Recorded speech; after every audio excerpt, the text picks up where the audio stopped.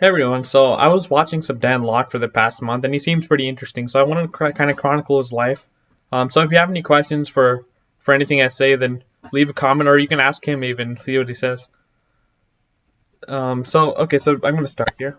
Dan Lok was born in 1981 in Hong Kong, China, and early on his life was pretty good. He was well off financially. His family was well off financially. Not too many financial struggles. And when he was about 10, 11 years old, it was his first taste of kind of money. So he was used to make bets with his friends, and he kept the earnings, kept the winnings in the form of money. And so he'd throw parties and events to attract more kids, and they would play more bets, and then he would get more money, and then using that money he'd buy toys and games and all that, and give it to his friends, and then that would attract more friends to come over and spend more time with him. He realized the more time the kids spend with him, the more money he got. So that's what he did. And so a few years later, Dan was about 14, and he and his parents had some serious arguments, and he and his mom had to come to Vancouver just to get away. But the thing is, he didn't know any English, so that's quite a struggle, as you'd imagine. And he'd never look anyone in the eye. He struggled socially at school. But when he was about 16, his parents got a divorce, and his dad stopped sending his mom money. And this is kind of hard because he was at school, he didn't know English, he was still trying to learn English. He actually he said in one video that after school he would go to his locker, look down, he'd never look at anyone, he'd stay at the edge of the hallway so he didn't run into anyone. And he'd just go home every day to his one-bedroom apartment, and that was that. But when his dad stopped sending his mom money, he knew how to step up and support his mom. So I think he started by taking a job at a grocery store for a year. He started cleaning toilets and bagging and everything. And then he started his first business after realizing that this wasn't going to support his mom and him financially. He couldn't even make a rent.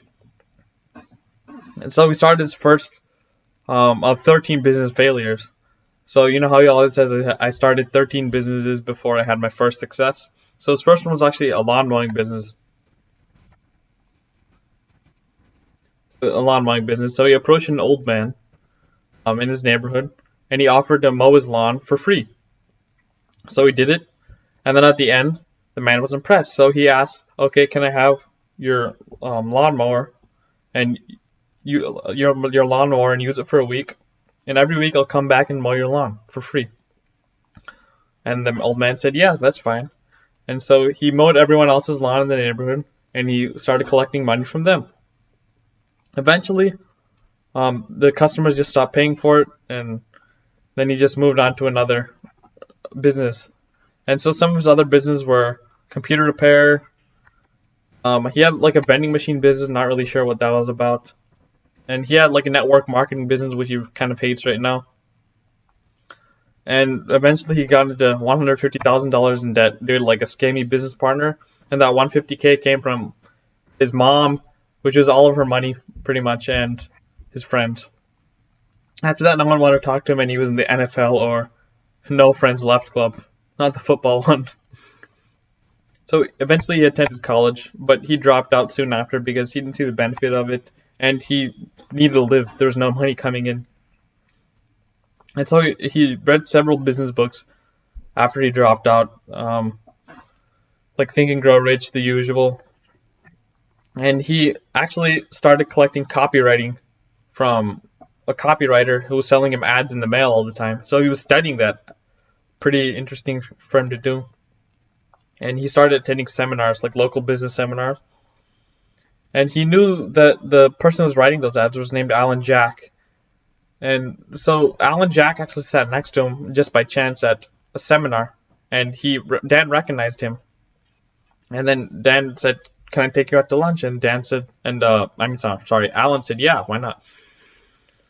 And so after the lunch, Dan agreed to work as like a volunteer for a year at Alan's copywriting firm. And during that year, he was working for pretty much free, and he calls that the $1 million year because he learned $1 million of information from that year. And then he started his one-man copywriting agency. And so Dan named it Quick Turn Marketing.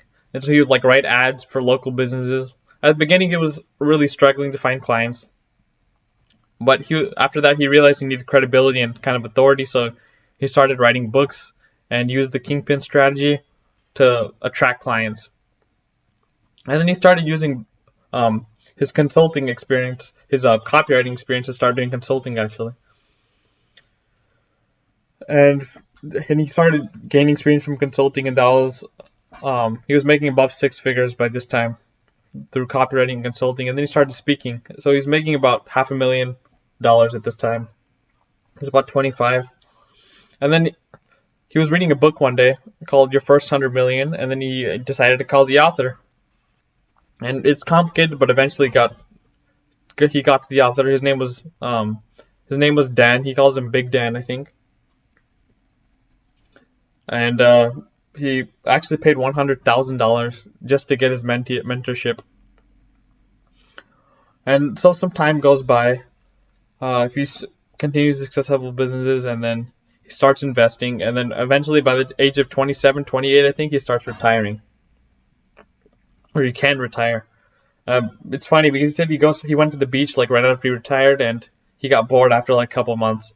So then he started another business, which I think was, he never really explicitly says this, but I think it was a jewelry business that he starts, which is like an e-commerce business. And then he also starts the Emperor Group, which is like a group of 25 companies. He starts a group of 25 companies that does like $20 million a year. And so yeah, he says this is the picture of Dan when he was 27 and retired, made a lot of money. So yeah, his jewelry business. And yeah, that's pretty much it. Now this is where he is. I found this picture pretty funny because I think he was around like 25 in this picture. I don't know, but everything looks good, but in the background, everything. He's still struggling, still building good businesses. So yeah, I thought it was pretty funny, kind of spiky hair and glasses. But yeah, if you have any questions, just leave it down below. And hopefully Dan will see this. That'd be pretty cool. So Dan, if you're watching, hey Dan. Anyway, bye.